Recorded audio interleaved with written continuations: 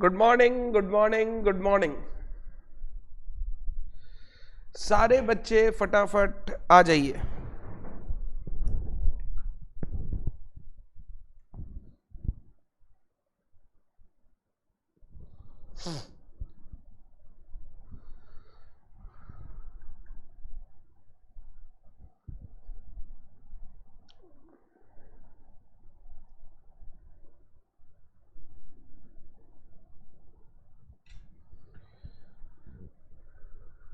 हम लोग goodwill chapter start किए।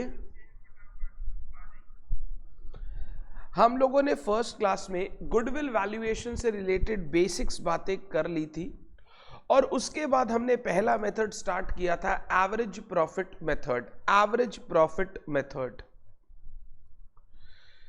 आ जाओ फटाफट।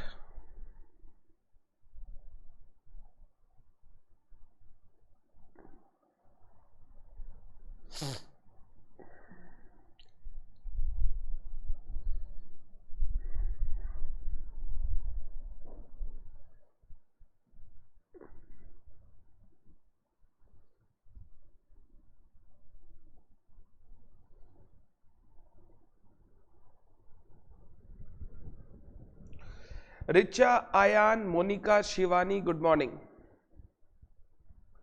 और का है बाद बाकी सारे बच्चे? समीक्षा का है, शाहनवाज का है, शैलेश का है, रुक्मणी का है। आइए फटाफट, एक बार सारे बच्चे गुड मॉर्निंग लिखिए फटाफट, सो दैट मेरे को पता चले कौन कौन लाइव कर रहा है। एंड देन आज हम लोग इस टॉपिक वैल्यूएशन ऑफ गुडविल को आगे बढ़ाएंगे और आज हमारा मोटिव रहेगा to complete all the methods for valuation of goodwill. Basic सबका समझ ले, जो जो पैरामीटर्स हमें अलग से कैलकुलेट करने पड़ेंगे वो कैलकुलेशन सीख ले और चारों मेथड्स एक बार समझ ले।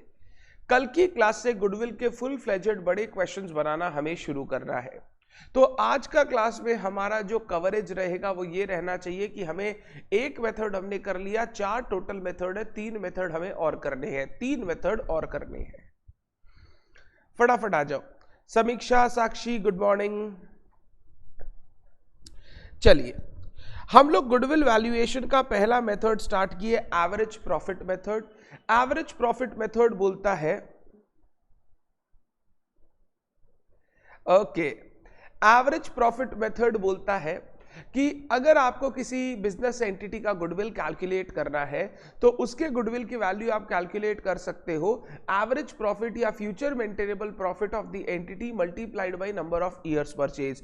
ये एंटिटी से या ये बिजनेस से आप फ्यूचर में कितना प्रॉफिट कमा पाओगे, वो profit multiplied by number of years purchase, कितने साल तक वो प्रॉफिट चलेगा, मेंटेन रहेगा, अगर वो हम लोग मल्टीप्लाई कर दे तो हमें गुडविल मिल जाएगा। मैंने बोला ये मेथड थोड़ा सा वेग टाइप का मेथड है बिकॉज यहां पर ना बिजनेस की एक्स्ट्रा प्रॉफिट अर्निंग कैपेसिटी को कंसीडर नहीं किया जा रहा है, यहां कंसीडर किया जा रहा है बिजनेस के प्रॉफिट्स को। बिजनेस जो ऑन एन एवरेज फ्यूचर में प्रॉफिट कमा पाएगा multiplied by number of years purchase आपका गुडविल निकलेगा। तो ये method of valuing goodwill is थोड़ा सा vague because it does not consider the extra profit earning capacity of the entity, it considers the full profit earned by the entity और full profit that can be earned by the business entity in future. फिर हमने future maintainable profits का computation सीखा, जहां पर हमने बोला हम पास्ट प्रॉफिट्स को नॉर्मल बनाकर मेंटेनेबल बनाकर फ्यूचर का प्रॉफिट फोरकास्ट करेंगे। टोटल 3 स्टेप आपको सिखाए। पहले स्टेप में मैंने बोला पास्ट प्रॉफिट को एडजस्ट कर लो with 5 things: error, abnormal items, non recurring items, non operating items, differences in policies. ये सारा एडजस्टमेंट करने के बाद वो जो प्रॉफिट है वो मेंटेनेबल प्रॉफिट बन जाएगा जिसको फ्यूचर में मेंटेन किया जा सकता है।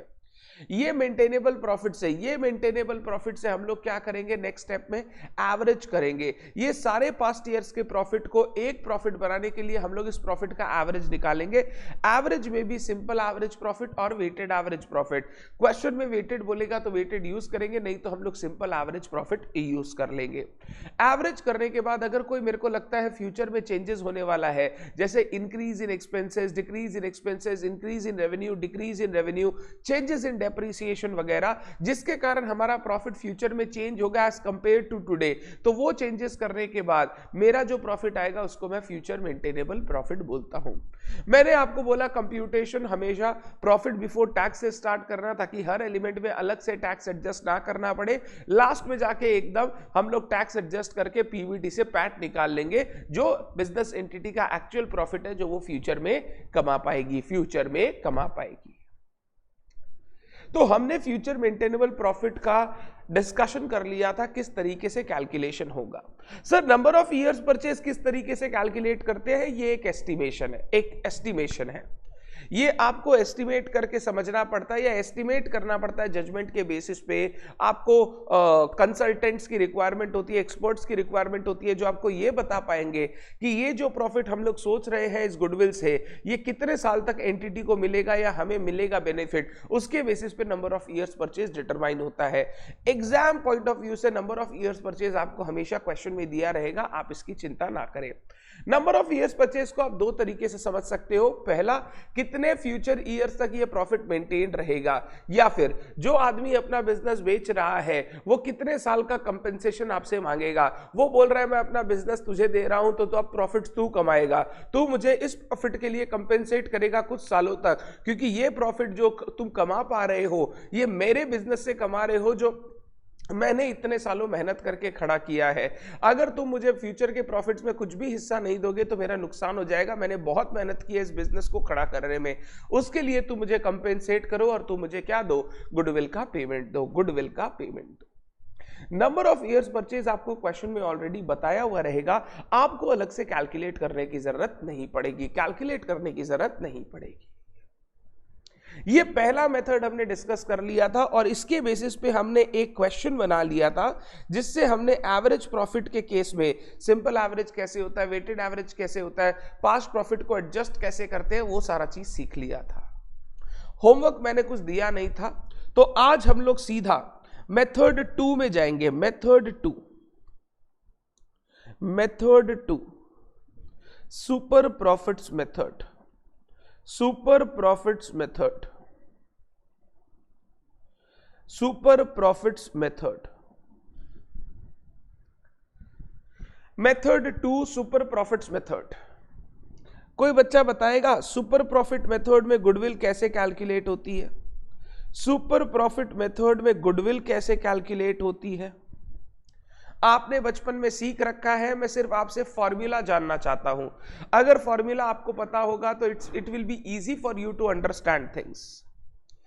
सुपर प्रॉफिट मेथड का फॉर्मूला क्या है? Very good, very good sir. Super profit into number of years purchase, super profit into number of years purchase.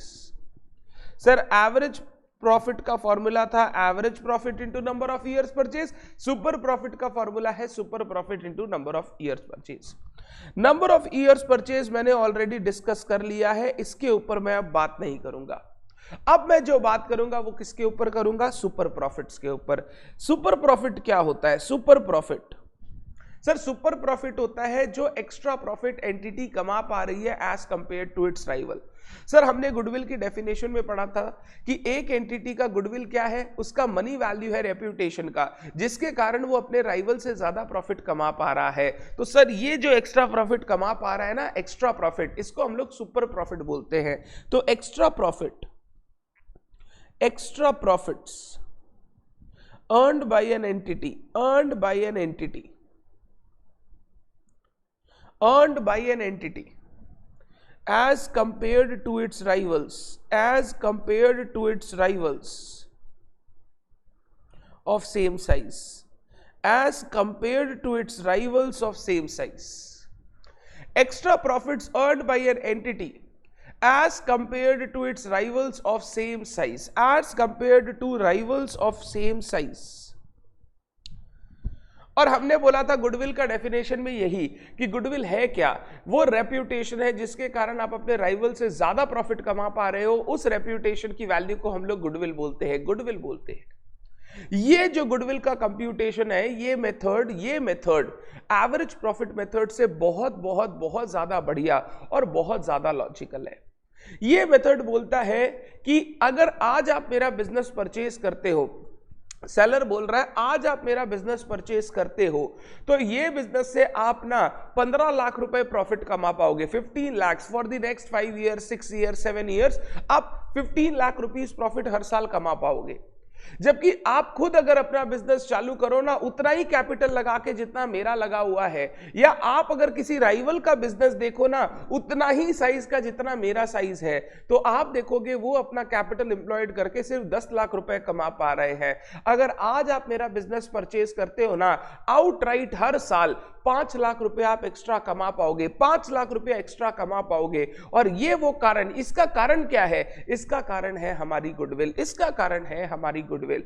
आपको जो ये फर्स्ट डे से एक्स्ट्रा प्रॉफिट्स मिलने लगेंगे, अगर आप इस 15 लाख तक पहुंचना चाहते हैं तो 5 साल, 6 साल, 7 साल पहले आपको मेहनत करनी पड़ेगी जी तोड़, उसके बाद आप फिर 15-16 लाख कमा पाओगे, अदरवाइज आप पहले साल से 10 लाख ही कमा पाओगे।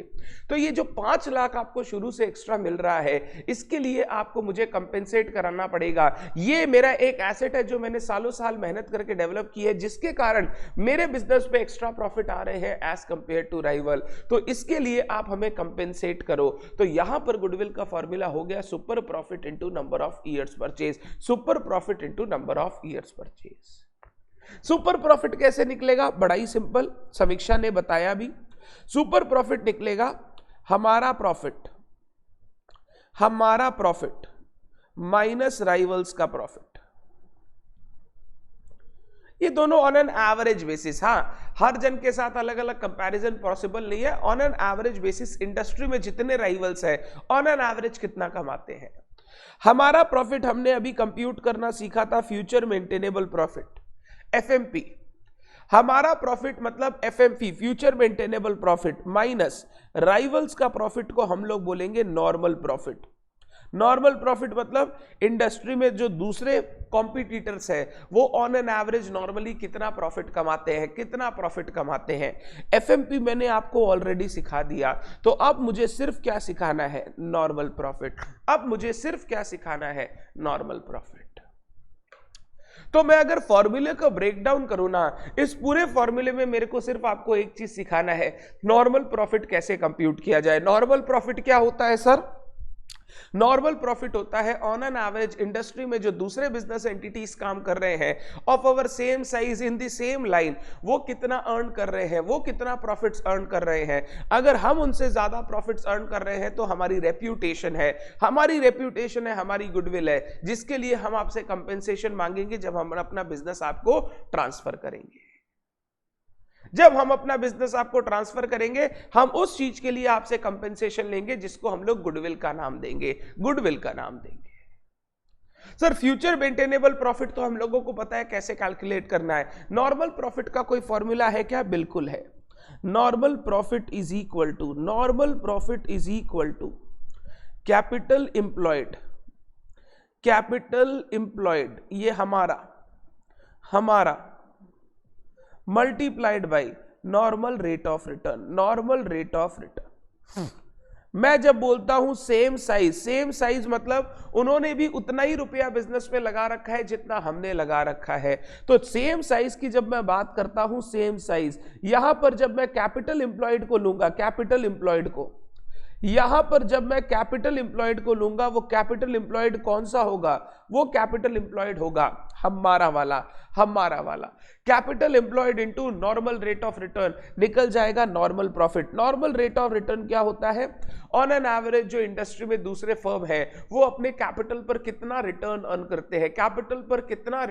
करते हैं, मैं इसको ऐसे भी लिख सकता हूं, industry average return on capital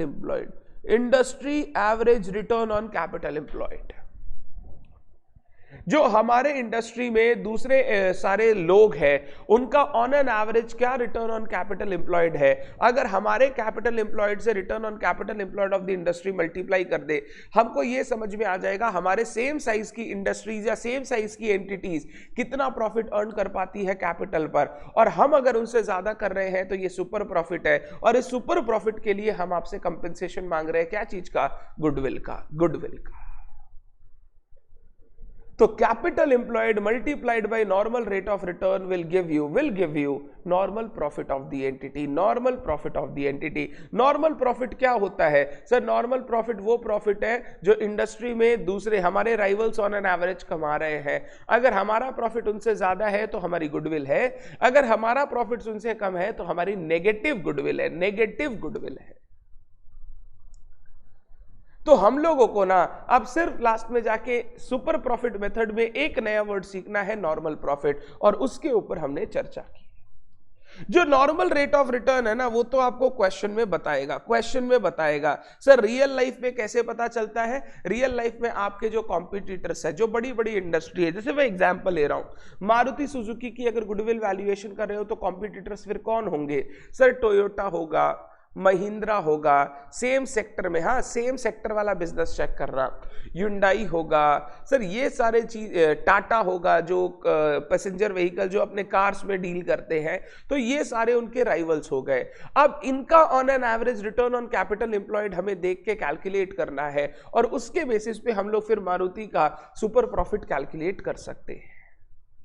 हाँ, इतना इजी नहीं है, आपको ध्यान रखना पड़ेगा return on capital employed calculate करते समय कि क्या क्या एलिमेंट्स है जिनको आप कंसीडर कर रहे हो, that has to be taken care of. But real life में उसी तरीके से कैलकुलेट किया जाता है। इंडस्ट्री में जो दूसरे हमारे राइवल्स है, दूसरे हमारे कॉम्पिटिटर्स है, उनके सारे की on an average return on capital employed निकाली जाती है, जिसको हम लोग बोलते हैं normal rate of return. Exam में नॉर्मल रेट ऑफ रिटर्न आपको क्वेश्चन में बता देगा, बट कैपिटल एम्प्लॉयड आपको कैलकुलेट करना पड़ सकता है। कैपिटल एम्प्लॉयड डायरेक्टली नहीं बताए, हो सकता है आपको कैलकुलेट करना पड़े। कैपिटल एम्प्लॉयड किसका सर? हमारा मतलब जिस एंटिटी का गुडविल वैल्यूएशन हो रहा है, तो ये एंटिटी का आपको बैलेंस शीट दिया हुआ रहेगा, जिसके बेसिस पे आपको कैपिटल एम्प्लॉयड कैलकुलेट करना है, पहले सारे बच्चे बताओ, क्या इतना दूर तक, एक बार ना मैं इसको बंद करता हूं, शायद ये हैंग हो गया, एक सेकेंड। क्या इतना दूर तक सारे बच्चों को क्लियर है? किसी बच्चे को कोई डाउट है तो आप पूछ सकते हो।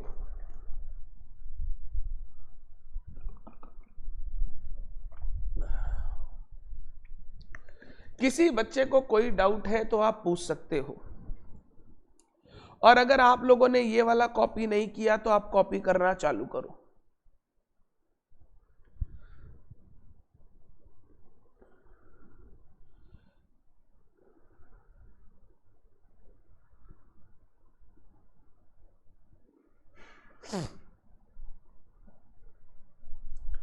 अगर आपने ये कॉपी कर लिया तो ठीक, नहीं किया तो कॉपी करना चालू करो।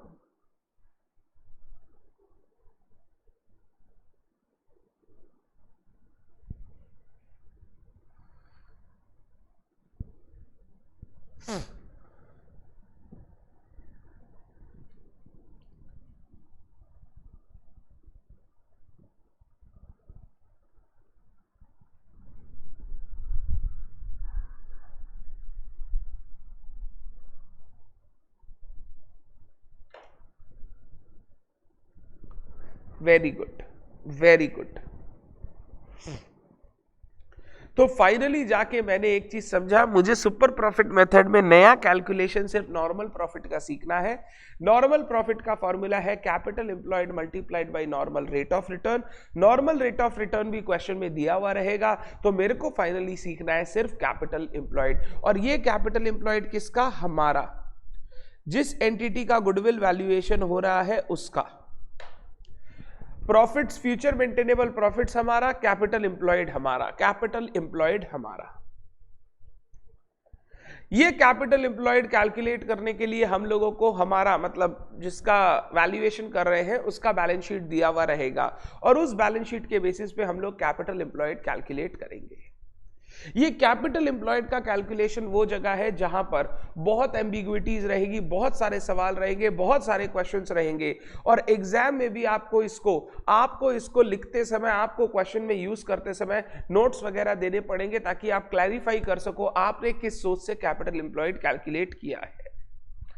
ये कैपिटल एम्प्लॉयड का कैलकुलेशन वो पार्ट है गुडविल वैल्यूएशन में जो सबसे ज्यादा टेक्निकल है, जहां सबसे ज्यादा ध्यान आपको रखना है।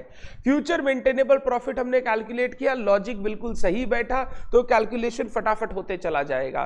कैपिटल एम्प्लॉयड के कैलकुलेशन में लॉजिक के साथ साथ थोड़ा सा एम्बिग्विटीज को भी ध्यान में रखना होगा और समझना होगा एग्जाम में किस तरीके से सॉल्व करना है और किस तरीके से हमें नोट्स देना है ऑल्टरनेटिव ट्रीटमेंट का। तो मैं स्टार्ट कर रहा हूं, मेरे साथ आप लिखना शुरू करें। Computation of capital employed, computation of capital employed.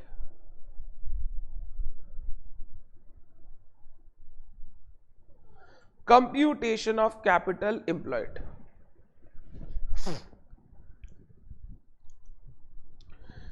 Capital employed refers to नाम से ही the funds whether long term or only shareholders fund. Capital employed refers to the funds invested in a business. Funds invested in a business. Capital employed refers to the funds invested in a business. चाहे long term nature का बात कर लो, चाहे सिर्फ share holders fund का बात कर लो, दो अलग अलग तरीके हैं कैपिटल एम्प्लॉयड को देखने के। डिपेंड करता है आप उस कंपनी को किस नजरिए से देख रहे हो। अगर आप उस कंपनी के लॉन्ग टर्म फंड्स की तरफ देख रहे हो, आप उस कंपनी के लॉन्ग टर्म फंड्स की तरफ सोच रहे हो, तो लॉन्ग टर्म फंड्स की तरफ से भी कैपिटल एम्प्लॉयड आप सोच सकते हो। आप चाहो तो कैपिटल एम्प्लॉयड बोल सकते हो, सिर्फ जो मालिक का लगा हुआ पैसा है उसको हम लोग कैपिटल एम्प्लॉयड मानेंगे। कैपिटल एम्प्लॉयड मतलब जो रुपया बिजनेस में लगा हुआ है। अब बिजनेस में रुपया सिर्फ मालिक नहीं लगा, आप लोन्स वगैरह भी ले सकते हो, आप क्रेडिटर से, सप्लायर से क्रेडिट भी ले सकते हो। तो आपके पास मालिकों का पैसा के साथ साथ आउटसाइड क्रेडिटर्स का भी पैसा रहता है। उस क्रेडिटर के पैसे में भी दो तरीके के पैसे होते हैं, एक लॉन्ग टर्म नेचर के, एक करंट नेचर के। करंट नेचर के जो पैसे होते हैं उनको हम लोग अपने मेन कैपिटल का या कैपिटल एम्प्लॉयड का पार्ट नहीं मानते, बट जो लॉन्ग टर्म नेचर के पैसे होते हैं ना, उनका कहीं ना कहीं जो बिजनेस में मेन मोटिव है वो कैपिटल की तरह यूज करना है। यानी उस पैसे से हम लोग बिजनेस के जो मेन ऑपरेशंस है, कोर ऑपरेशंस है, फिक्स्ड एसेट परचेज करना, बिजनेस के लिए एसेट्स एक्वायर करना, इनटैंजिबल या टैंजिबल, बिजनेस में जहां पर भी पैसा लगे उन्हें यूज करना, ये सारा काम हम लोग करते हैं। तो लॉन्ग टर्म फंड नेचर से भी कैपिटल एम्प्लॉयड को सोचा जा सकता है। करंट लायबिलिटीज तो टेम्पोररी फंड्स है। टेम्पोररी फंड्स 6 महीने के लिए, 2 महीने के लिए, 1 महीने के लिए, 15 दिन के लिए उसने आपको क्रेडिट दे रखा है। जैसे ही ड्यू डेट आएगा आप उसको पेमेंट करके चुका दो। बट जो बिजनेस में पैसे लगे हुए हैं, मालिक के पैसे लगे हुए हैं, जो आउटसाइडर के लॉन्ग टर्म नेचर के डिबेंचर्स, बड़े बड़े बोरोइंग्स अगर आपने ले रखे हैं टर्म लोन के नेचर के, तो वो पैसा आपके डिस्पोजल में बहुत सालों तक रहता है और वो आपका एक तरीके से बिजनेस में लगाया हुआ कैपिटल या बिजनेस में लगाया हुआ पैसा ही है। तो हम लोग कैपिटल एम्प्लॉयड को दो नजरिए से देख सकते हैं। वैसे मैं 3 नजरिए भी बोल सकता हूं, बट तीसरा नजरिया हमारे कोई काम का नहीं है। गुडविल वैल्यूएशन में हम लोग बिजनेस की प्रॉफिट अर्निंग कैपेसिटी को चेक कर रहे हैं। प्रॉफिट अर्निंग कैपेसिटी को चेक करने के लिए जिन फंड्स की मैं बात करूंगा वो लॉन्ग टर्म नेचर के फंड्स की बात करूंगा, जिस कैपिटल की मैं बात करूंगा वो लॉन्ग टर्म नेचर के कैपिटल की बात करूंगा। शॉर्ट टर्म नेचर वाले कैपिटल को मैं कंसिडर नहीं करता। अब कैपिटल एम्प्लॉयड कैलकुलेट करने के लिए there can be two methods. एक share holders fund point of view, share holders fund point of view, और एक हो गया long term funds point of view, long term funds point of view, दोनों में फर्क क्या है sir? Share holders fund of point of view में सिर्फ कैपिटल और रिजर्व्स आएगा, जो शेयर होल्डर्स का पैसा है। Long term funds point of view में सर शेयर होल्डर का पैसा तो आएगा, साथ साथ अगर आपने कोई लॉन्ग टर्म बोरोइंग, डिबेंचर्स वगैरह इश्यू कर रखा है वो भी आएगा, क्योंकि सर वो भी लॉन्ग टर्म नेचर के फंड्स है। Long term funds point of view में सर मालिक के लगाए हुए पैसे के साथ साथ अगर आपने आउटसाइडर से भी लॉन्ग टर्म नेचर का पैसा लिया है, which is not in the nature of capital but in the nature of liability, वो भी हम लोग long term funds point of view में इंक्लूड करेंगे। तो कैपिटल एम्प्लॉयड हम दो सोच से कैलकुलेट कर सकते हैं, एक share holders fund point of view, दूसरा long term funds point of view. Share holders fund point of view से अगर मैं बात करूं तो इस कैपिटल एम्प्लॉयड को हम लोग नेट एसेट्स भी बोलते हैं, नेट एसेट्स, हम लोग नेट वर्थ भी बोलते हैं, net worth, net assets net worth भी बोलते हैं। अब इनको कंप्यूट कैसे किया जाता है? कंप्यूट पहले एकदम बेसिक लॉजिक देता हूं, उसके बाद हम लोग और इंट्रिकेसीज में अंदर अंदर जाते रहेंगे। इसको अगर कंप्यूट करना है तो दो तरीके हैं जिनसे आप लिख सकते हो, हां मेरे साथ, जिनसे इनको कैलकुलेट किया जा सकता है। एक एसेट साइड अप्रोच, एक लायबिलिटी साइड अप्रोच। जैसी इंफॉर्मेशन आपको क्वेश्चन में दी गई उस तरीके से आप अपना कैपिटल एम्प्लॉयड कैलकुलेट कर लो।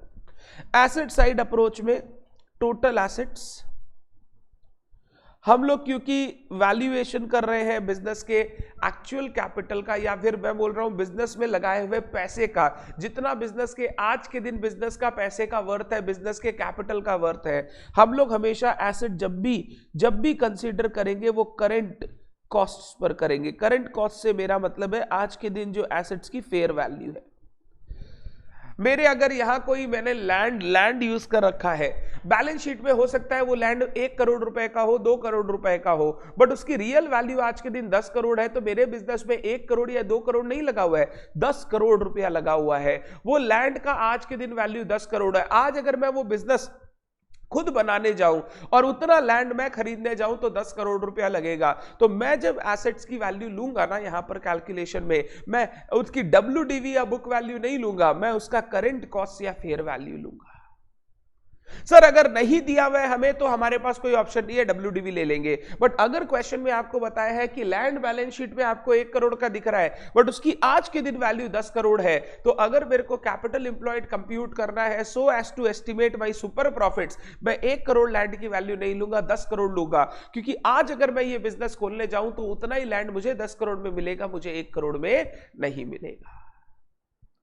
सबसे पहले एसेट साइड अप्रोच से अगर मुझे कैपिटल एम्प्लॉयड सोचना है तो सबसे पहले मैंने टोटल एसेट्स ले लिए, कौन से वैल्यू पे? करंट कॉस्ट पे, फेयर वैल्यू पे। फिक्स्ड एसेट हो गया, इन्वेस्टमेंट हो गया, क्या क्या नहीं आएगा वो धीरे धीरे बताऊंगा। पहले total asset, fixed asset, investment, stock, debtor, cash, bank, bill receivable, जितने भी एसेट है सारे एसेट आ जाएंगे। बट इन एसेट्स में हम लोग कुछ एसेट्स को इग्नोर करेंगे, एक्सक्लूड करेंगे। किनको एक्सक्लूड करेंगे? किनको एक्सक्लूड करेंगे? Non operating assets, non operating assets like non trade investments.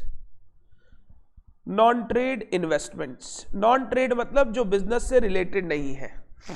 Subsidiary में इन्वेस्ट करना is a trade investment, associate में, जॉइंट वेंचर्स में इन्वेस्ट करना ट्रेड इन्वेस्टमेंट, वो बिजनेस से रिलेटेड इन्वेस्टमेंट है। बट अगर मान लो आपके पास आइडल पैसा पड़ा था, किसी कंपनी का डिबेंचर खरीद लिया, किसी कंपनी का इक्विटी शेयर खरीद दिया, ये सब नॉन ट्रेड इन्वेस्टमेंट है, बिजनेस से रिलेटेड इन्वेस्टमेंट नहीं है, सिर्फ रिटर्न कमाने के लिए इन्वेस्टमेंट है। माइनस अगर कोई फिक्टिशियस एसेट्स वगैरह है, जैसे कोई preliminary expenses not written off, या एसेट साइड में कोई PL का डेबिट बैलेंस वगैरह है, वो सारा हम लोग हटा देंगे। ये दो ऐसे एसेट है जो मेरे बिजनेस ऑपरेशन से रिलेटेड नहीं है, जो मेरे बिजनेस ऑपरेशंस में कोई बेनिफिट जनरेट करके नहीं देंगे। मैं इन दोनों को यहां से क्या करूंगा? हटा दूंगा। अगर आपके पास एक एक एसेट की वैल्यू दी हुई है, आप क्या करो, जो लेना है सिर्फ वो ले लो। बट अगर आप टोटल एसेट की तरफ से जा रहे हो तो टोटल एसेट से non trade investment, fictitious asset हटा दो, बाद बाकी जो एसेट्स है वो हमारे ऑपरेटिंग एसेट है, जो हम कैपिटल में इंक्लूड कर सकते हैं, minus outside liabilities, minus outside liabilities. अब आउटसाइड लाइबिलिटी, क्योंकि मैं शेयर होल्डर्स फंड अप्रोच से कैलकुलेट कर रहा हूं, आउटसाइड लाइबिलिटी में करंट लाइबिलिटीज भी आएगा, नॉन करंट भी आएगा, करंट लाइबिलिटीज भी आएगा, नॉन करंट लाइबिलिटीज भी आएगा।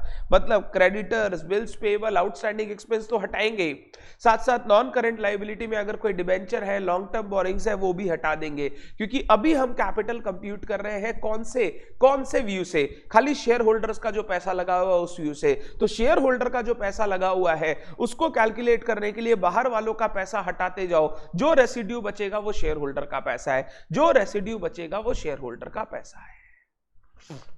सर हम लोग डिबेंचर्स हटाएंगे, लोन्स हटाएंगे, बोरोइंग्स हटाएंगे।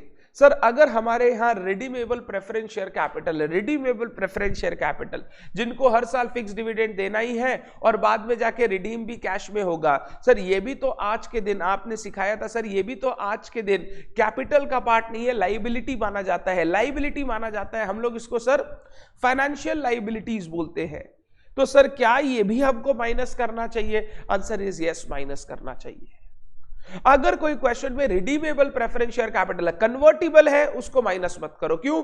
Convertible preference share capital equity का पार्ट माना जाता है, but redeemable preference share capital है जो बोल रहा है फ्यूचर में हमको कैश दे देना 5 साल बाद, तो सर वो हमारा इक्विटी नहीं है, वो हमारा लाइबिलिटी है। सर फ्यूचर में उसको भी दूसरे लाइबिलिटी की तरह कैश पेमेंट करना पड़ेगा, तो सर ये लाइबिलिटी भी आपको यहां से माइनस कर लेना चाहिए, माइनस कर लेना चाहिए।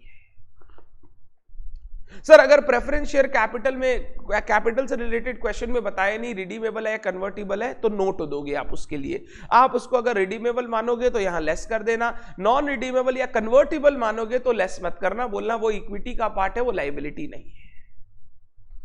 अगर आप बच्चे मेरे हिसाब से इन डेज के हिसाब से सोचते हो तो redeemable preference share capital is a part of liabilities, और उसको फिर हमको यहां रखना नहीं चाहिए, कैपिटल एम्प्लॉयड में हटा देना चाहिए। तो मैं यहां माइनस कर रहा हूं रिडीमेबल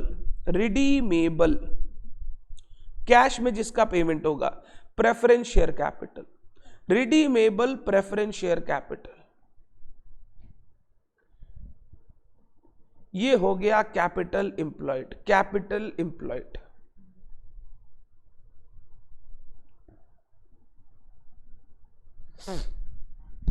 ये हो गया कैपिटल एम्प्लॉयड।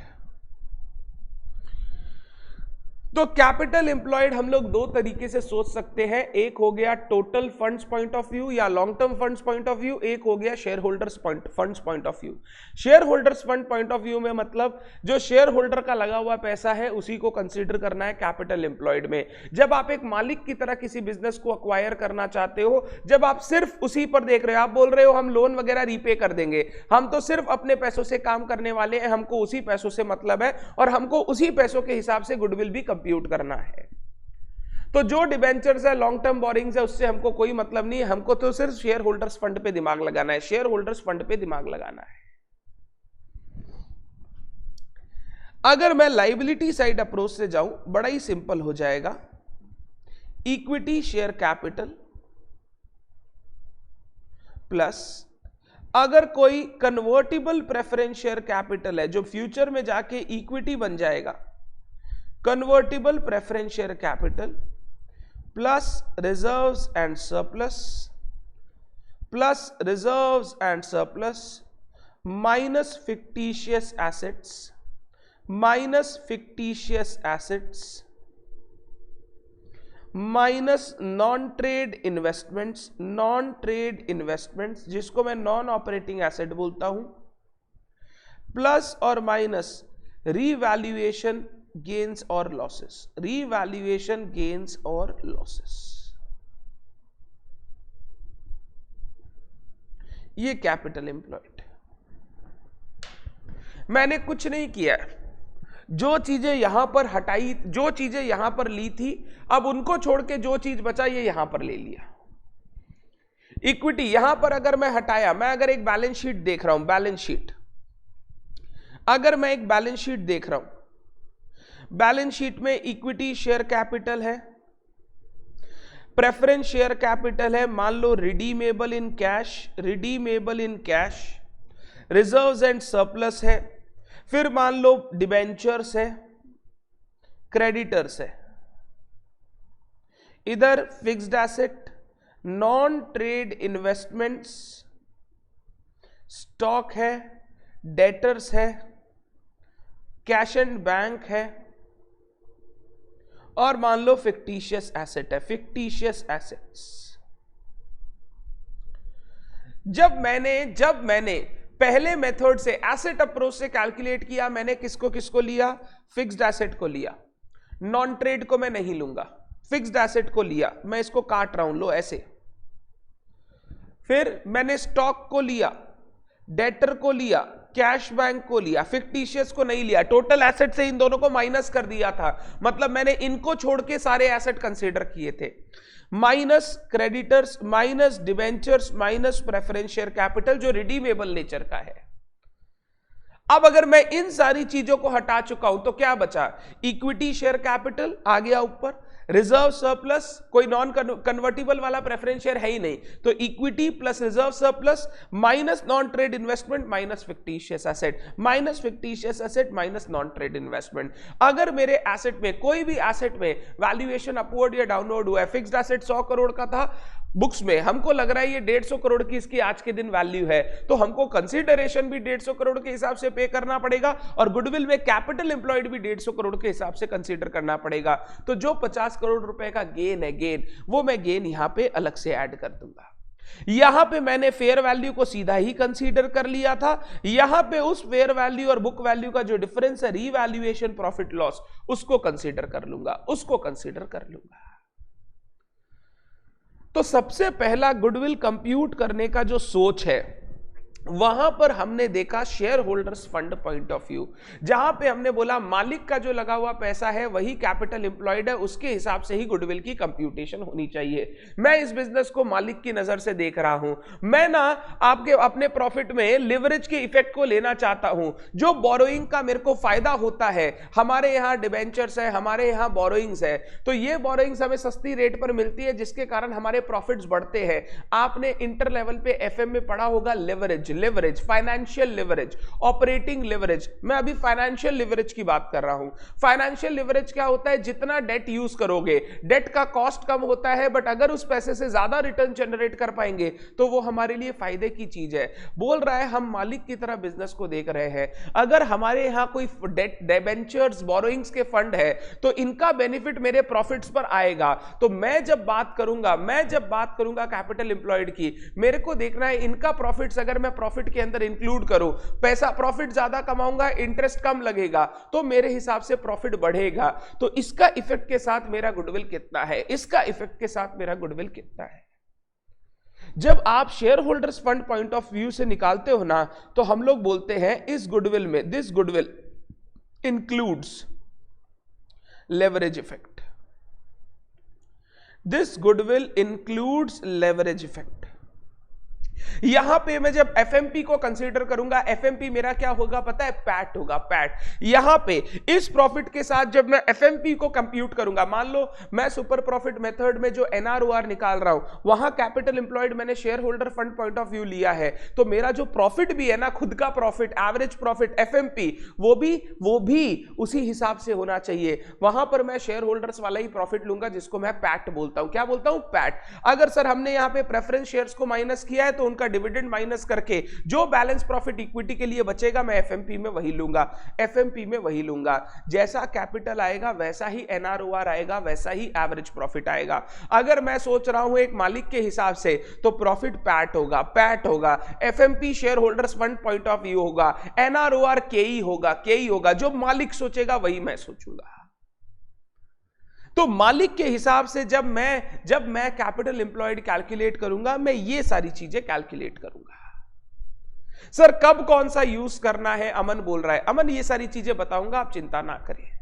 हम लोग हमेशा एक यूज करेंगे, दूसरा वाला एज अ नोट देंगे, एक यूज करेंगे, दूसरा वाला एज अ नोट देंगे। सर हम लोगों को कौन सा यूज करना चाहिए? ज्यादा प्रेफरेबल है शेयर होल्डर्स फंड, जहां पर लिवरेज इफेक्ट को मान्यता दी जाती है। हम लोग बोलते हैं यार बिजनेस करेंगे तो कुछ ना कुछ तो लोन लेना पड़ेगा, उस लोन का मेरे बिजनेस में फायदा क्या है? जो कॉस्ट ऑफ डेट है वो कम होता है कॉस्ट ऑफ इक्विटी से, बट उसका अगर उस प्रॉफिट से मैं अच्छा जनरेट कर सकता हूं रिटर्न, तो ये तो मेरे लिए फायदे की बात है। मैं जब बिजनेस फ्यूचर में करूंगा, क्या मैं बिजनेस में डेट यूज करूंगा? Answer is yes. तो मेरे को लिवरेज इफेक्ट को ध्यान में रखना चाहिए। मेरा जो गुडविल निकलेगा वो share holders fund point of view से निकलेगा, share holders fund point of view से निकलेगा।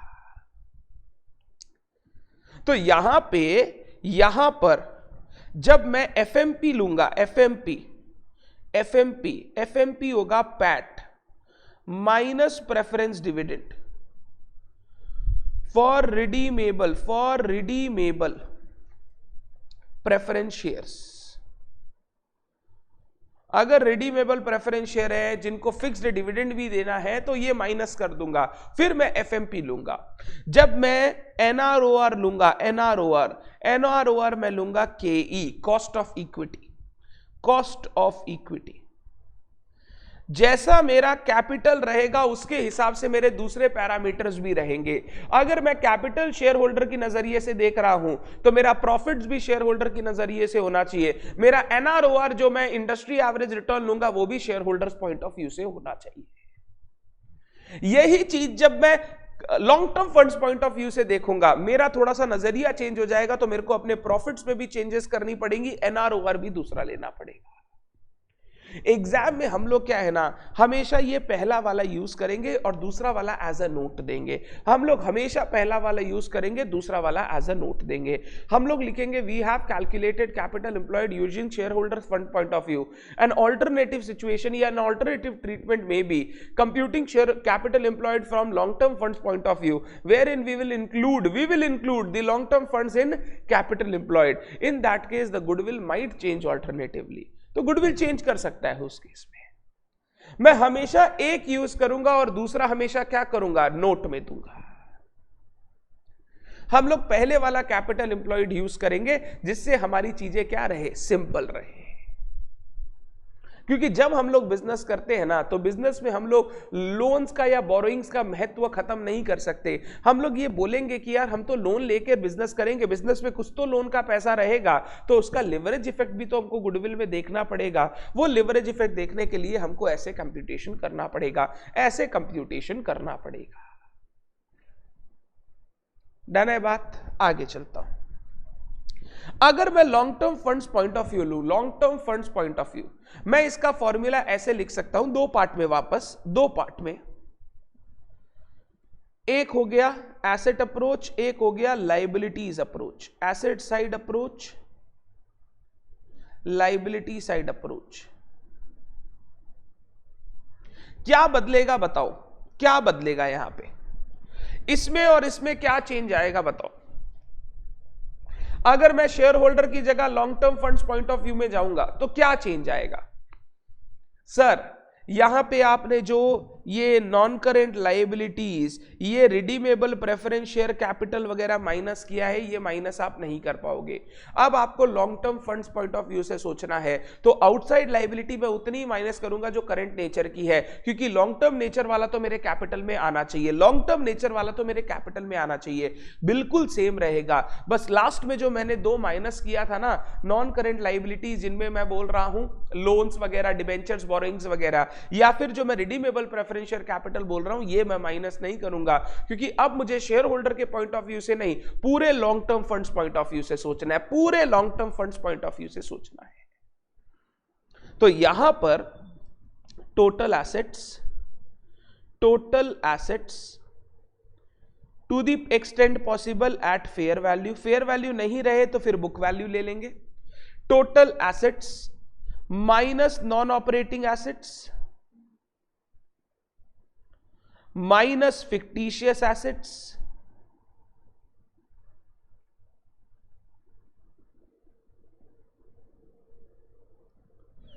Minus current liabilities.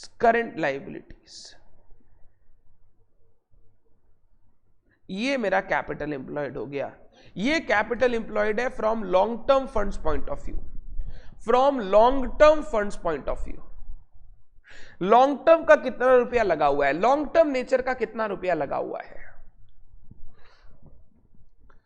तो सिर्फ करंट लायबिलिटी माइनस करूंगा मैं यहां पर, नॉन करंट लायबिलिटीज या प्रेफरेंस शेयर कैपिटल जो लॉन्ग टर्म का पैसा है वो माइनस नहीं करूंगा, माइनस नहीं करूंगा।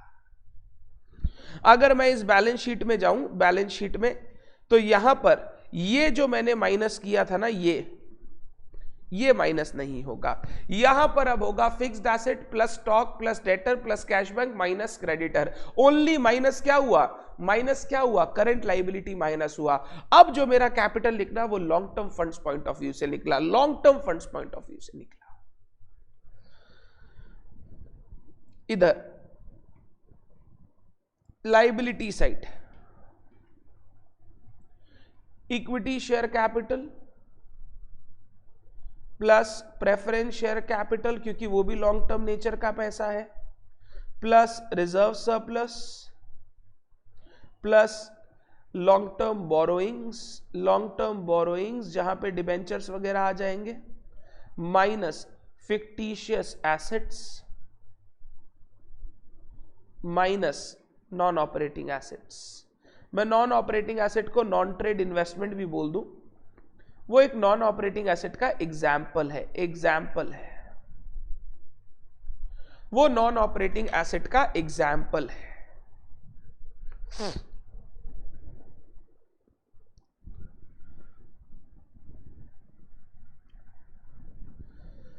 एग्जाम में मैं एक यूज करूंगा, एक का नोट दूंगा, एक यूज करूंगा, एक का नोट दूंगा। सर हर में आपने दो दो कैलकुलेशन कराए हैं, सर हम कौन सा यूज करेंगे? अगर पूरी बैलेंस शीट दी हुई है, पूरी बैलेंस शीट, तो आप दोनों में कोई सा भी यूज कर लो। अगर मान लो बैलेंस शीट नहीं देकर सिर्फ एसेट की इंफॉर्मेशन दे रहा है या सिर्फ कैपिटल रिजर्व्स, कैपिटल और रिजर्व्स की इंफॉर्मेशन दे रहा है, तो अकॉर्डिंगली आपको वो यूज करना पड़ेगा। मैंने आपको दोनों तरीका सिखा दिया, सीधा जाओगे तो कैसे होगा, उल्टा आओगे तो कैसे होगा। सीधा मतलब कैपिटल, जो जो पैसा लगा हुआ है, sources of fund, capital plus reserve surplus plus long term borrowings minus non trade investment minus fictitious asset, ये सीधा अप्रोच। उल्टा अप्रोच हो गया एसेट से, टोटल एसेट से करंट लायबिलिटीज माइनस कर दो, आपका लॉन्ग टर्म फंड्स अप्रोच से कैपिटल एम्प्लॉयड निकल के आ जाएगा, कैपिटल एम्प्लॉयड निकल के आ जाएगा। एक साइड मैंने सोर्सेज ऑफ फंड को चेक किया, एक साइड मैंने एप्लीकेशन ऑफ फंड्स को चेक किया। ये दोनों से आंसर सेम आएगा, दोनों से मतलब एसेट अप्रोच यूज करो या लायबिलिटी अप्रोच यूज करो, फर्क नहीं आएगा। हाँ, long term funds point of view, share holder fund point of view में फर्क आएगा, बट एसेट अप्रोच यूज करो या लायबिलिटी अप्रोच, ये तो उस कैपिटल को कैलकुलेट करने के दो तरीके हैं। यहां जब मैं फ्यूचर मेंटेनेबल प्रॉफिट यूज करूंगा ना, एफएमपी, यहां अब एफएमपी पैट नहीं होगा, यहां एफएमपी होगा PAT plus post tax interest, PAT plus post tax interest. क्योंकि मेरे फंड्स में अगर डिबेंचर का पैसा आ रहा है तो मेरे प्रॉफिट्स में भी डिबेंचर का एक्सपेंस को छोड़कर जो मेरा टोटल प्रॉफिट्स है वो आना चाहिए। जब मैंने फंड्स सारे लोगों के इंक्लूड किए हैं तो प्रॉफिट्स भी इन सारे लोगों के लिए जो कमाया हुआ है वो आना चाहिए। तो लॉन्ग टर्म बोरोइंग्स पे अगर कोई इंटरेस्ट है तो उस इंटरेस्ट को पोस्ट टैक्स करके, क्योंकि मैं पैट से ऐड कर रहा हूं तो उसको भी पोस्ट टैक्स करके जो मेरा नेट इंटरेस्ट है वो मेरा एफएमपी माना जाएगा, एफएमपी माना जाएगा। PAT plus interest into 1 minus tax rate. इधर जब मैं एनआरओआर यूज करूंगा, क्योंकि यहां पे मैंने कैपिटल भी लिया है, लॉन्ग टर्म फंड्स भी लिया है, दोनों लिया है, यहां पे एनआरओआर यूज होगा केओ। केओ जानते हो? केओ जानते हो? Weighted average cost of capital, weighted average cost of capital, KE और केडी का, केई, केपी, केडी, बचपन में कॉस्ट ऑफ कैपिटल आप निकालते थे, KE cost of equity, KP cost of preference share, KD cost of debt, इन तीनों का वेटेड एवरेज। तो वो weighted average cost of capital मेरे लिए नॉर्मल रेट ऑफ रिटर्न होगा। मैं जिस तरीके से सोचूंगा उस तरीके से हमारा कैलकुलेशन पूरी तरीके से चेंज रहेगा। अगर मैं कैपिटल में सिर्फ शेयर होल्डर का लेता हूं तो एफएमपी में पैट आएगा, एनआरओआर में केई आएगा।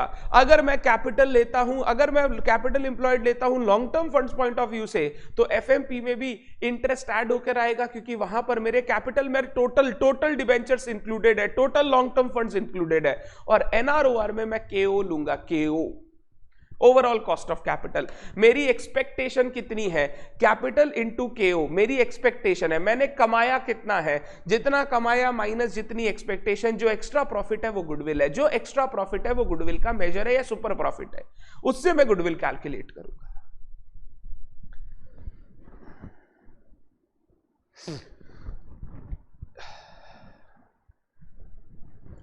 ये जब तक प्रैक्टिस नहीं करेंगे तब तक नहीं होगा। पहले आपको एक बार वर्ड्स को समझने का है, वर्ड समझ जाएंगे, प्रैक्टिस शुरू करेंगे तो आपको समझ में आ जाएगा। अगर ये सीख लिया तो इसके बाद जो मेथड 3 मेथड 4 है वो सिर्फ फॉर्मूला है, फॉर्मूला समझो अप्लाई करो, फॉर्मूला समझो अप्लाई करो। जो मेन पैरामीटर्स कैलकुलेट करना था एफएमपी और कैपिटल एम्प्लॉयड वो हमने डिस्कस किया। तो सर जिस सोच से हम लोग कैपिटल लेंगे उसी सोच से हमको प्रॉफिट्स भी लेना होगा, एनआरओआर भी लेना होगा। बिल्कुल, नहीं तो फिगर्स कंसिस्टेंट नहीं रहेंगे, नहीं तो जो फिगर्स जो सुपर प्रॉफिट आएगा वो कंसिस्टेंट नहीं रहेगा। प्रॉफिट में प्रॉफिट ले रहे हो शेयर होल्डर वाला, कैपिटल ले रहे हो सारे लॉन्ग टर्म्स वाला, ये सही नहीं है। प्रॉफिट अगर शेयर होल्डर वाला है तो कैपिटल भी शेयर होल्डर वाला, प्रॉफिट अगर सारे लॉन्ग टर्म वाला है तो कैपिटल भी सारे लॉन्ग टर्म वाला। फिक्टिशियस एसेट का एक example, preliminary expenses not written off, deferred revenue expenditures not written off. ऐसी चीजें जो हम लोग एसेट साइड में दिखाते हैं बट वो रियल में एसेट नहीं है, रियल में जिसका मेरे को कोई बेनिफिट नहीं मिलेगा, जैसे fictitious asset, preliminary expenses, deferred revenue expenditure. लगता है एसेट है बट उनका बेनिफिट आ भी सकता है, नहीं भी आ सकता है, या बेनिफिट नहीं आएगा। फिक्टिशियस मतलब ऐसा एसेट जो एसेट नहीं है, जिसमें कोई बेनिफिट नहीं है, उनको हम लोग फिक्टिशियस एसेट्स बोलते हैं।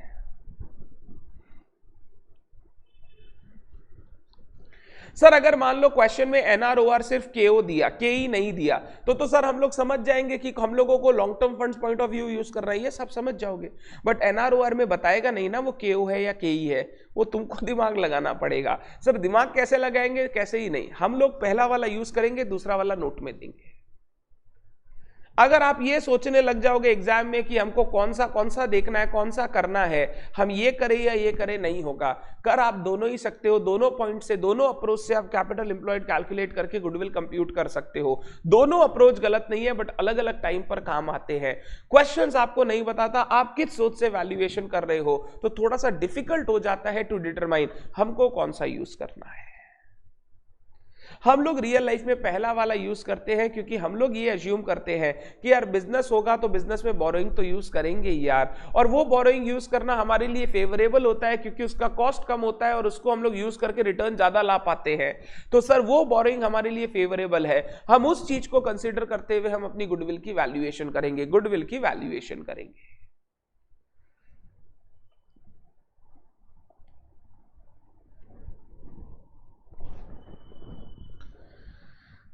एक बार इस चीज को चेक कर लो, सबसे टेक्निकल डिस्कशन है, सबसे टेक्निकल डिस्कशन है पूरे गुडविल के पोर्शन का, सबसे टेक्निकल डिस्कशन यही है। ये जिस बच्चे के दिमाग में आ गया वो बच्चा कर पाएगा गुडविल के क्वेश्चन। अभी तक खत्म नहीं हुआ, अभी एक गंदगी और है, एक गंदगी और है जो डिस्कस करना है, बट वो डिस्कशन थोड़ी देर बात करेंगे, थोड़ी देर बात करेंगे, ठीक है बात। मेरे साथ ना एक बार सुपर प्रॉफिट मेथड सबको क्लियर है क्या? सुपर प्रॉफिट मेथड, मैंने सुपर प्रॉफिट मेथड तो पहले ही समझा दिया था, सिर्फ कैपिटल एम्प्लॉयड मैं आपको समझा रहा था। अभी ये कंप्लीट नहीं हुआ, थोड़ा सा जगह मेरे को लगेगा। सारे बच्चे हाफ या पेज या 1 पेज जगह छोड़ दे, उसके बाद जो करना है वो करे। क्वेश्चंस वगैरह जो करना है अभी वो उसके बाद करे, हाफ अ पेज या 1 पेज का जगह छोड़ दे, सो दैट मैं कुछ और नोट्स है कैपिटल एम्प्लॉयड से रिलेटेड वो लिखवा सकूं। उससे पहले मैं थोड़े से क्वेश्चंस देखना चाहूंगा सो दैट हम लोग अपना टेंशन ईज करें। इधर आ जाओ। क्वेश्चन 1, क्वेश्चन 1, आराम से क्वेश्चन को पढ़ो, हड़बड़ाना मत, हड़बड़ाना मत।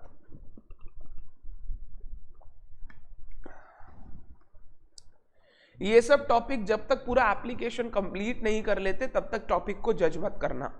हो सकता है आपको लगेगा यार इतना टेक्निकल है, जब क्वेश्चन करना शुरू करेंगे आपको समझ में आएगा ओके सोच ये है। मैंने तो सिर्फ बोला कैपिटल एम्प्लॉयड मतलब जितना पैसा लगा हुआ है। एक सोचने का तरीका हो गया शेयर होल्डर का जो पैसा लगा, एक सोचने का तरीका हो गया जो टोटल लॉन्ग टर्म का पैसा लगा, shareholder plus long term borrowings. XY limited a partnership firm, my god, limited और पार्टनरशिप फर्म दोनों एक साथ कैसे हो सकता है? XY एंड कंपनी करो। XY and company a partnership firm earned a profit during past 4 years as follows. 2012 में 42, 13 में 46, 14 में 52 और 15 में 46,500। Firm has total assets worth 82 and its current liability includes only creditor of 12,800। सिर्फ करंट लाइबिलिटी की information दिया है, करंट लाइबिलिटी की।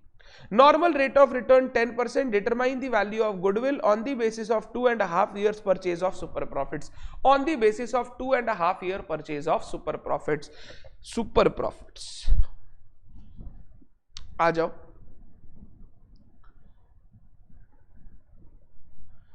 Answer to question 1। सबसे पहले एवरेज प्रॉफिट, एवरेज प्रॉफिट्स, आप इसको एफएमपी भी बोल सकते हैं, फ्यूचर मेंटेनेबल प्रॉफिट। क्वेश्चन में वेटेड करने बोला है क्या? नहीं, वेटेड करने नहीं बोला है, तो हम लोग क्या करेंगे? Simple average. 42, 46, 52, 42, 46, 52, 46,500 डिवाइडेड बाय कितना साल? 4 साल। एवरेज प्रॉफिट निकालो, एवरेज प्रॉफिट निकालो। आपको ट्राई करना है, बैठे नहीं रहेंगे कोई भी बच्चे क्लास में, ट्राई करेंगे तो चीजें इजी होती जाएंगी, इजी होती जाएंगी। दूसरा, कैपिटल एम्प्लॉयड। यहां पे इंफॉर्मेशन बताओ कैसी दी है? क्या मैं कैपिटल रिजर्व्स वगैरह जोड़ पाऊंगा या फिर मेरे को एसेट साइड का इंफॉर्मेशन दिया हुआ है? सर आपको इंफॉर्मेशन टोटल एसेट्स का दिया हुआ है, तो मेरे को एसेट साइड अप्रोच यूज करना पड़ेगा। Total assets minus, total assets minus current liabilities, current liabilities. ये हो गया long term fund approach, long term fund approach. हमको क्योंकि लॉन्ग टर्म बोरिंग्स वगैरह का डिटेल अलग से दिया नहीं है, तो मैं माइनस नहीं कर पाऊंगा, नहीं तो मैं शेयर होल्डर फंड अप्रोच भी यूज कर सकता था, वो दिया हुआ नहीं है। 82,000 minus 12,800, 82,000 minus 12,800, 69,200, 69,200।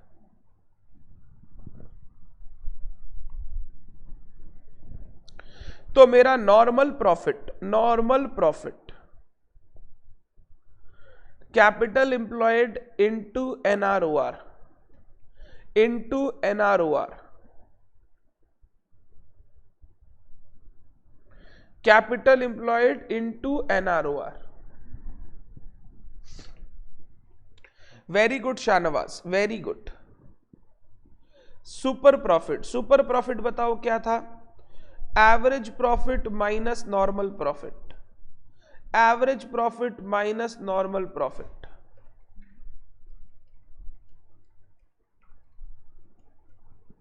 $39,705। Therefore, goodwill is equal to super profit into number of years purchase।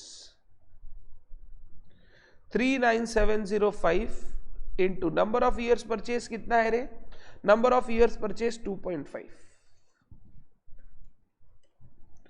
9926 2.5, मैं 99,263 लिख रहा हूं, 9926 2.5 या 99,263। ये मेरा फाइनल गुडविल का आंसर।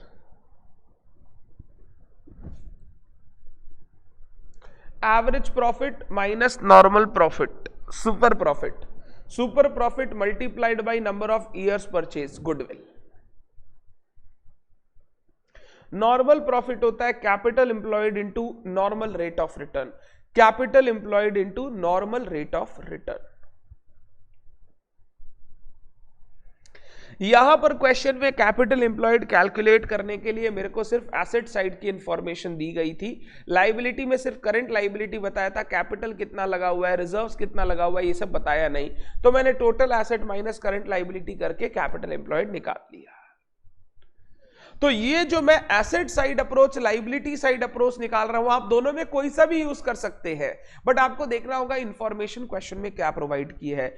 अगर पूरी बैलेंस शीट प्रोवाइड कर दे तब तो दोनों में कोई भी करो, अगर पूरी बैलेंस शीट नहीं दे के सिर्फ एक ही टाइप की इंफॉर्मेशन दे तो आपको समझना पड़ेगा मैं एसेट अप्रोच यूज करूं या लाइबिलिटी अप्रोच यूज करूं।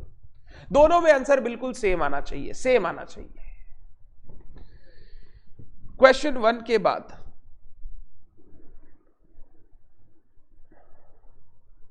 क्वेश्चन नंबर, एक सेकेंड, कैपिटलाइजेशन है। क्वेश्चन नंबर 6 में आओ। मेरे को सुपर प्रॉफिट से चाहिए सिर्फ calculate the value of goodwill by capitalisation of super profit and super profit method.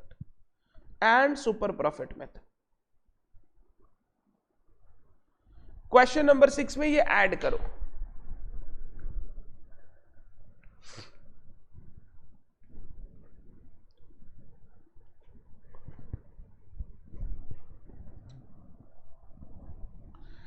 From the following information, calculate the value of goodwill as on 31/3/19 of JK Limited. Share capital, equity, preference, other equity. Other equity मतलब reserve surplus. Other equity में reserve surplus आता है, retained earnings बोलते हैं हम लोग।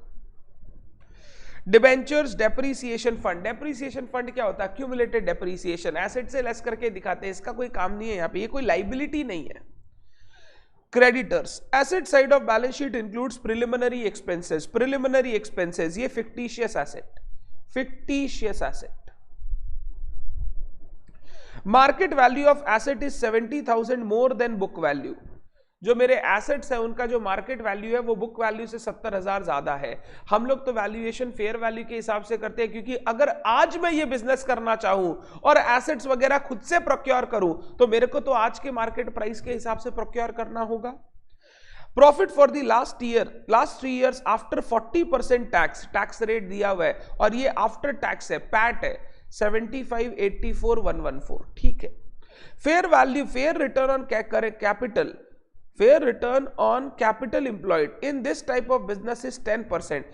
fair return on capital employed क्या है? NROR, normal rate of return, is 10%. You are required to calculate the value of goodwill by super profit method. Take weighted average profit. Take weighted average profit. Question खुद बोल रहा है जब आप profits को average करो तो सिंपल एवरेज मत लेना, वेटेड एवरेज लेना, वेटेड एवरेज, ठीक है, हम लोग ले लेंगे, कोई प्रॉब्लम नहीं है। हमको क्वेश्चन में देखो क्या क्या दे दिया, प्रॉफिट दे दिया पुराने सालों का एकदम सीधा सीधा, एनआरओआर दे दिया, sir number of years purchase नहीं दिया, लिखो सुपर प्रॉफिट मेथड के पास number of years purchase equal to 3, number of years purchase equal to 3। मेरा एफएमपी निकल जाएगा, मेरे को कोई प्रॉब्लम नहीं है, निकल जाएगा आराम से। अगर मेरे को नॉर्मल प्रॉफिट निकालना है तो नॉर्मल प्रॉफिट होता है कैपिटल एम्प्लॉयड इनटू एनआरओआर। एनआरओआर 10% दे दिया, मेरे को सिर्फ क्या निकालना पड़ेगा? कैपिटल एम्प्लॉयड निकालना पड़ेगा, कैपिटल एम्प्लॉयड निकालना पड़ेगा।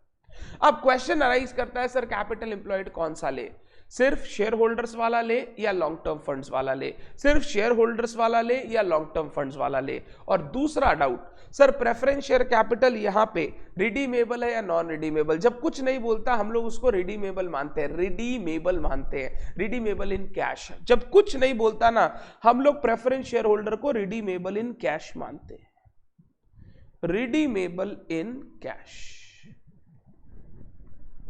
Redeemable in cash.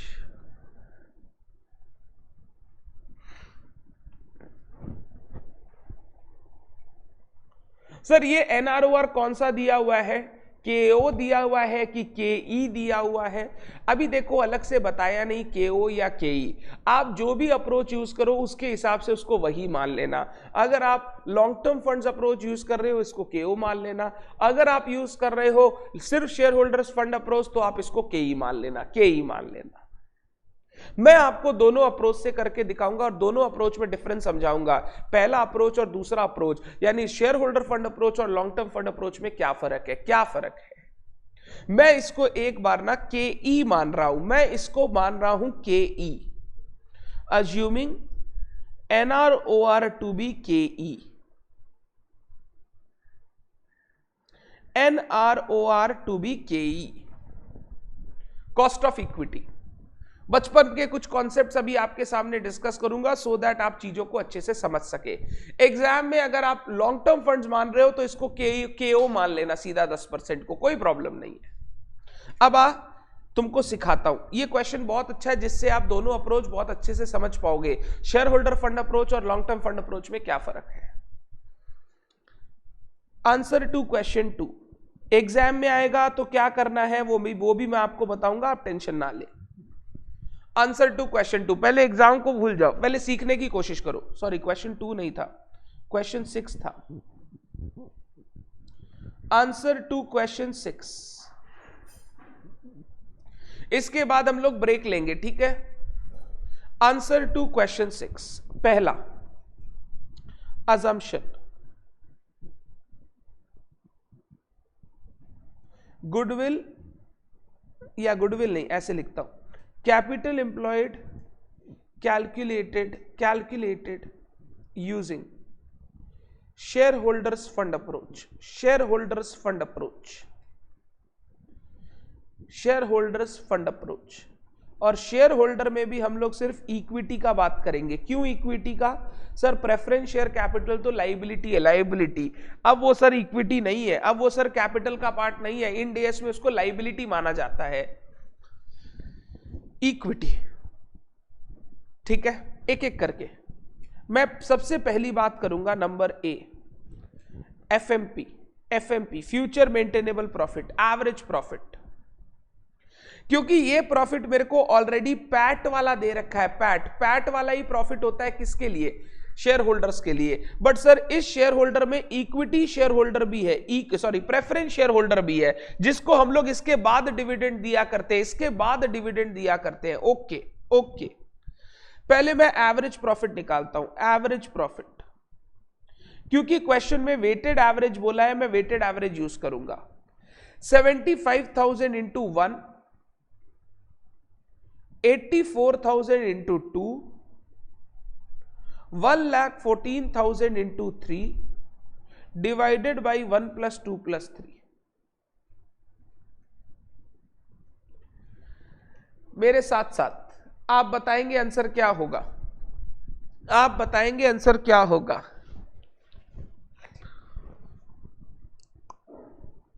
75,000 M plus 84,000 into 2 M plus 1,14,000 into 3 M plus MRC 585 divided by 6, 585 divided by 6, 97,500, 97,500, 97,500। ये कौन सा प्रॉफिट है मेरे बच्चे? सर ये पैट है, पैट।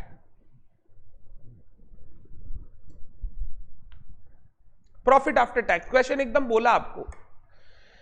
अगर मैं शेयर होल्डर्स फंड में इक्विटी शेयर होल्डर्स फंड लूंगा, इक्विटी शेयर होल्डर्स फंड, तो इस पैट के बाद ये क्या, ये पैट पूरा इक्विटी का है? नहीं सर, पैट से पहले प्रेफरेंस को डिविडेंड देते हैं, फिर जो बचता है वो इक्विटी का होता है, minus preference dividend, minus preference dividend.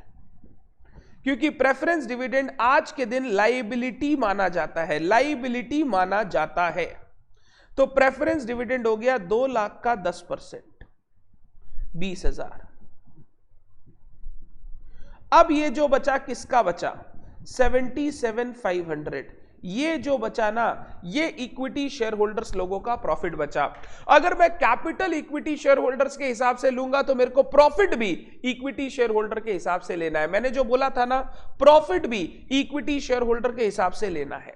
मैंने यहां लिखा था, जब मैं एफएमपी कंप्यूट करूंगा, एफएमपी होगा PAT minus preference dividend, PAT minus preference dividend. तो मैंने यहां पर पैट से प्रेफरेंस डिविडेंड माइनस कर दिया, ये प्रॉफिट आ गया इक्विटी शेयर होल्डर्स का।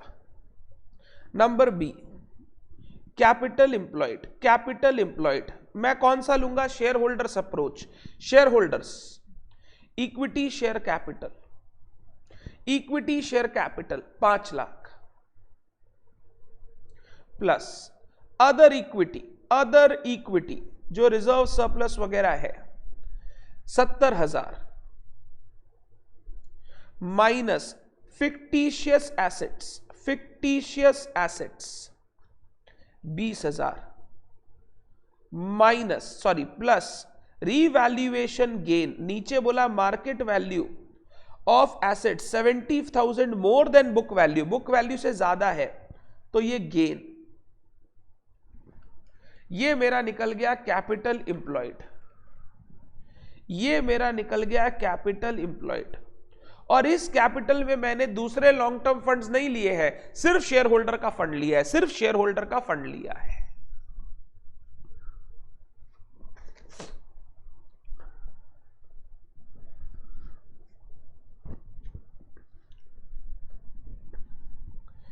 Number C, normal profit. Normal profit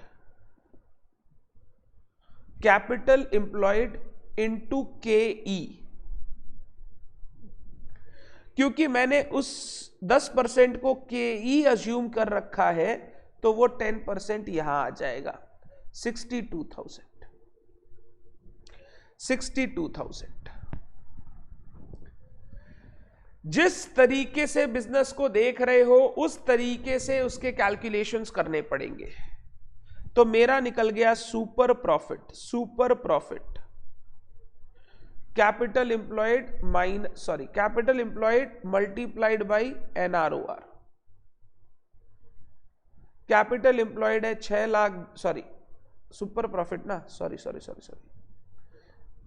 FMP minus normal profit, FMP minus normal profit, FMP 77,500 minus normal profit 62,000, 15,500। तो गुडविल हो गया super profit into number of years purchase, 15,500 into 3 साल 46,500।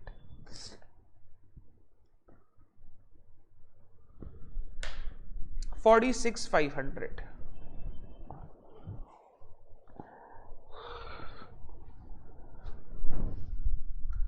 46,500।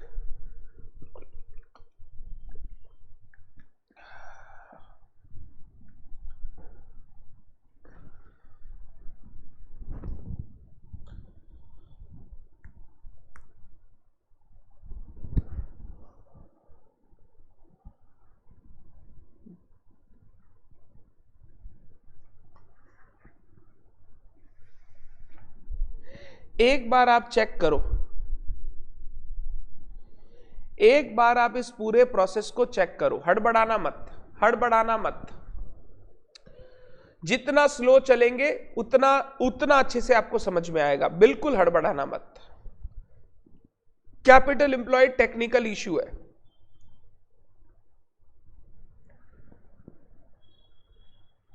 यहां capital हमने कौन सा लिया? सिर्फ शेयर होल्डर्स वाला, शेयर होल्डर्स वाला।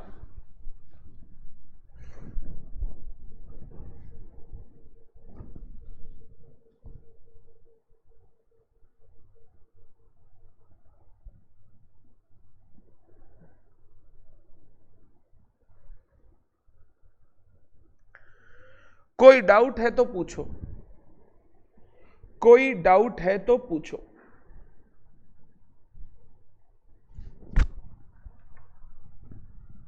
डाउट नहीं है तो हम लोग अजम्पशन 2 में जाएंगे। अजम्पशन 2,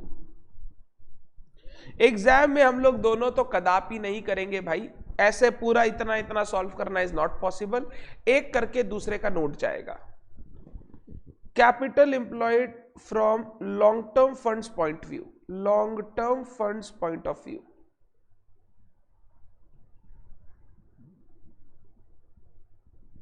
मेरे को सबसे पहले सारे बच्चे अब कैपिटल एम्प्लॉयड निकाल कर दिखाए। कैपिटल एम्प्लॉयड, हम लोग कैपिटल किसको मान रहे हैं? जो सारा लॉन्ग टर्म नेचर का पैसा लगा हुआ है, सारा लॉन्ग टर्म नेचर का पैसा लगा हुआ है उसको कैपिटल एम्प्लॉयड मान रहे हैं। करके दिखाओ कैपिटल एम्प्लॉयड कितना आएगा, ये करके दिखाओ।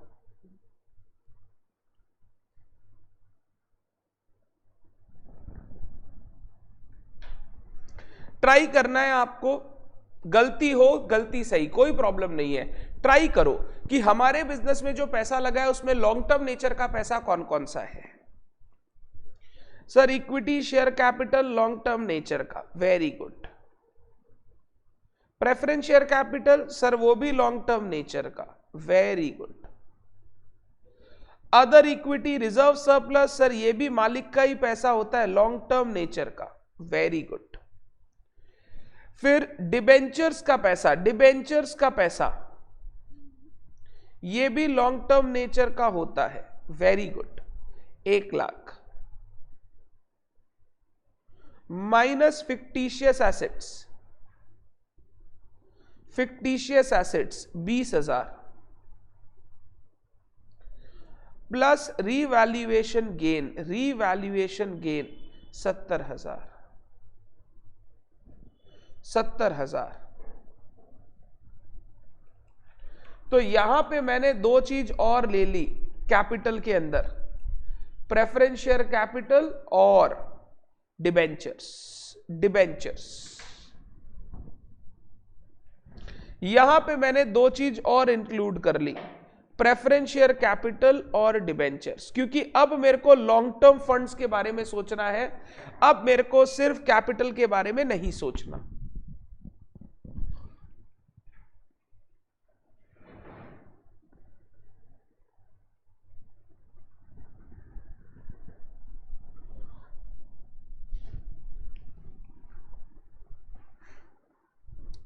अब देखो बदल क्या क्या जाएगा। फ्यूचर मेंटेनेबल प्रॉफिट, सबसे पहले एवरेज प्रॉफिट, एवरेज प्रॉफिट तो वही ले लेता हूं मैं 97,500।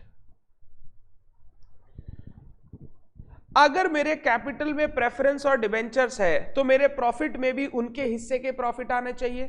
इस पैट में प्रेफरेंस का तो प्रॉफिट इंक्लूडेड है बट डिबेंचर्स का प्रॉफिट इंक्लूडेड नहीं है, तो मैं ऐड करूंगा post tax interest. Post tax interest 1 lakh का 9% into 1 minus tax rate, 1 lakh का 9% इंटू 1 माइनस टैक्स रेट।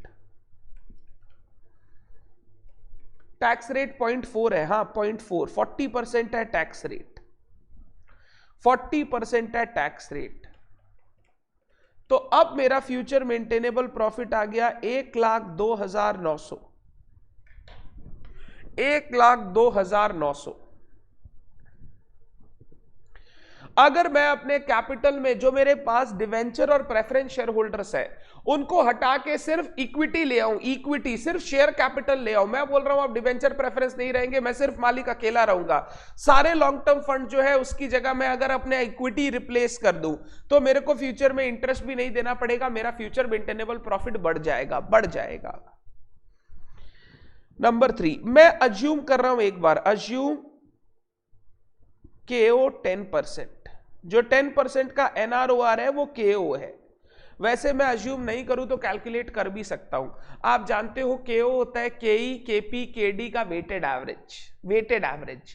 आप चाहो तो जो उनका पैसा लगा हुआ है उनको वेट्स लेकर कैलकुलेट कर सकते हो, बट एग्जाम में इतना करना नहीं पड़ता, एग्जाम में हम लोग 10% को KO मान लेते हैं, KO मान लेते हैं। तो मेरा नॉर्मल प्रॉफिट हो गया, normal profit capital employed into normal rate of return, normal rate of return 92,000।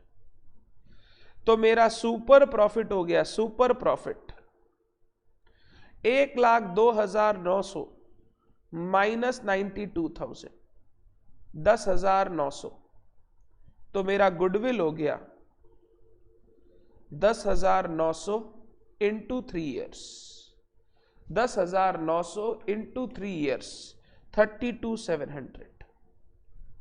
पहले कितना आया था? 46,500। पहले ज्यादा क्यों आया था सर? लिवरेज इफेक्ट था, लिवरेज इफेक्ट। सर हम लोग पैसे उठा रहे हैं डिबेंचर में 9% करके, और उसको यूज करके ज्यादा प्रॉफिट्स कमा पा रहे हैं, तो डिबेंचर्स का ले रहे हैं ना, हमारे लिए प्रॉफिटेबल है, जिसके कारण सर पहले वाले में हमारा गुडविल ज्यादा आया, दूसरे वाले में हमारा गुडविल कम आया। पहले वाले में ज्यादा आया, दूसरे वाले में कम आया। अगर आप सोचते हो आगे जाकर मैं डिबेंचर्स, प्रेफरेंस शेयर कैपिटल अपने पास रखूंगा, मेरे बिजनेस में ये पैसा भी लगा हुआ रहेगा, तो हम लोग गुडविल फर्स्ट पॉइंट्स के हिसाब से कैलकुलेट करेंगे।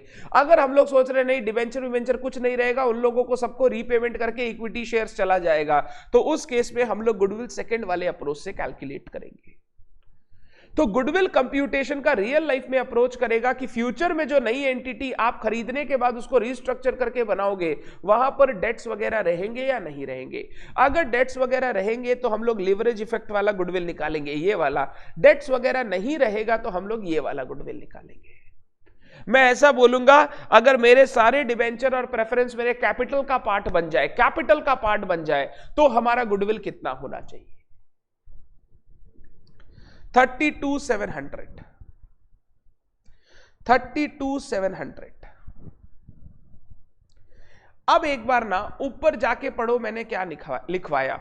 मैंने बोला अगर long term funds approach use करोगे तो जो एफएमपी होगा उसमें इंटरेस्ट को वापस आपको ऐड बैक कर देना है। क्यों ऐड बैक कर देना है सर? अगर ये डिबेंचर मेरा फ्यूचर में जाके कैपिटल बन जाए तो सर ये इंटरेस्ट लगेगा नहीं, तो मेरा एफएमपी बढ़ेगा, फ्यूचर मेंटेनेबल प्रॉफिट बढ़ेगा।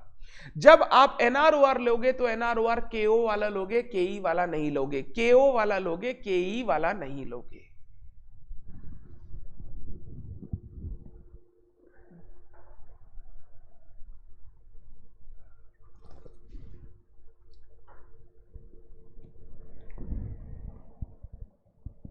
सर इंस्टीट्यूट कौन सा करता है? इंस्टीट्यूट जो हमारा इंस्टीट्यूट है ICMAI, वो कौन सा मेथड अप्लाई करके गुडविल कैलकुलेट करता है? हमें एग्जाम में क्या करना चाहिए? देखो मेरे से अगर पूछोगे तो फर्स्ट वाला ज्यादा बेटर है कैलकुलेशन, जो फर्स्ट वाला हमने किया। बिकॉज हम लोग बोलते हैं कि बिजनेस जब चलेगा तो कुछ डेट भी होगा, कुछ प्रेफरेंस शेयर भी होगा, कुछ इक्विटी भी होगा, तो फर्स्ट वाला अप्रोच ज्यादा बेटर है। इंस्टीट्यूट क्या करता है ना, कभी फर्स्ट वाला कभी सेकंड वाला।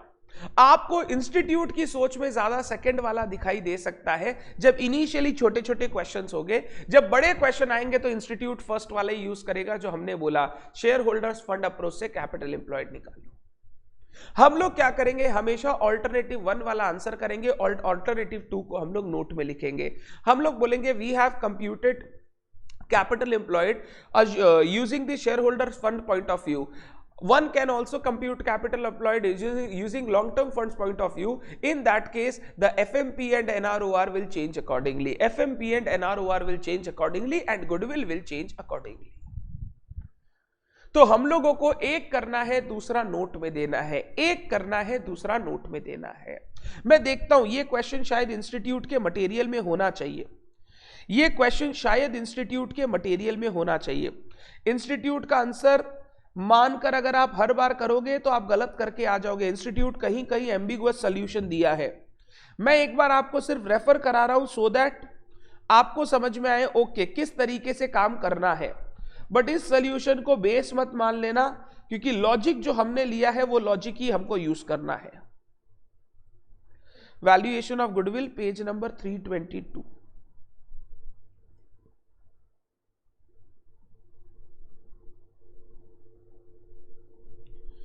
ये लीजिए गुडविल का वैल्यूएशन, गुडविल का वैल्यूएशन।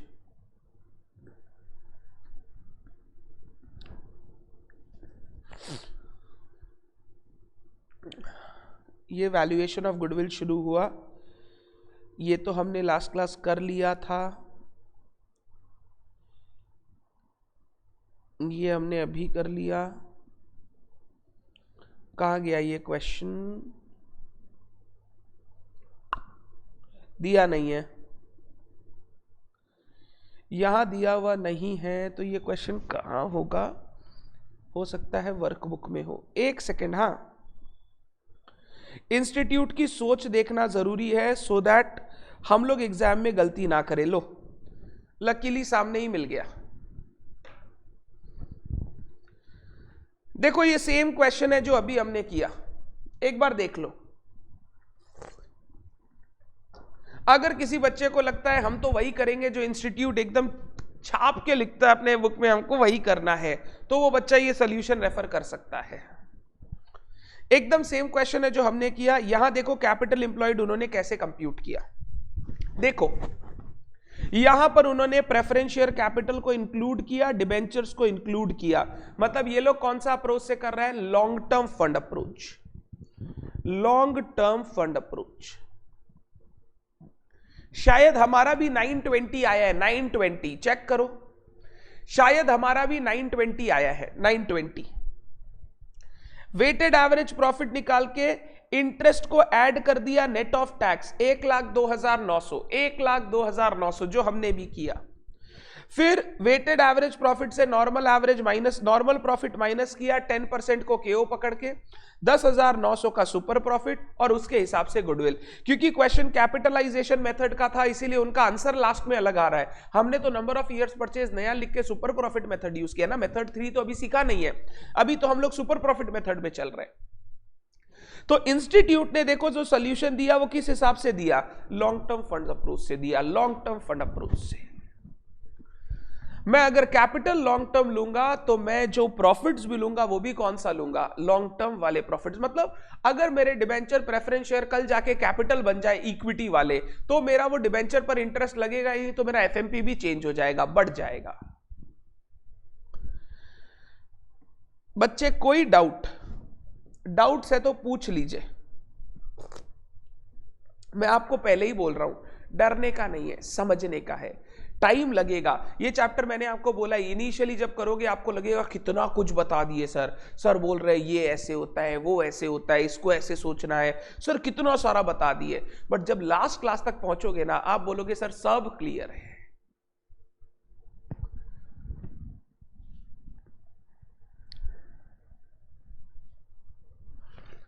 एक बार सारे बच्चे बोलो क्लियर है क्या, फिर मैं आपको ब्रेक दूंगा, फिर मैं आपको 5 मिनट का ब्रेक दूंगा। सारे बच्चे बोलो क्लियर है क्या, फिर मैं आपको 5 मिनट का ब्रेक दूंगा।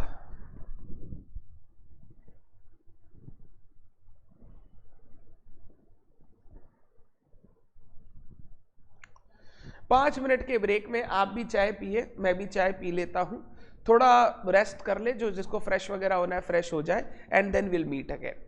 इसके बाद हम लोग कैपिटल एम्प्लॉयड को कंप्लीट करेंगे। एक छोटा सा बात आपके साथ करना है, वो करके कैपिटल एम्प्लॉयड कंप्लीट होगा। फिर लास्ट 2 मेथड के बारे में बात करेंगे। लास्ट 2 मेथड 2-2 मिनट का है, 2-2 मिनट, क्योंकि मैंने सारा बात समझा दी। अब मेरे को सिर्फ मेथड समझाना है और वहां गुडविल कैसे कैलकुलेट करते हैं वो बताना है। क्लियर? ठीक है, चलिए 2 मिनट का ब्रेक लेते हैं हम लोग। 2 मिनट का मतलब 5 मिनट का ब्रेक लेते हैं।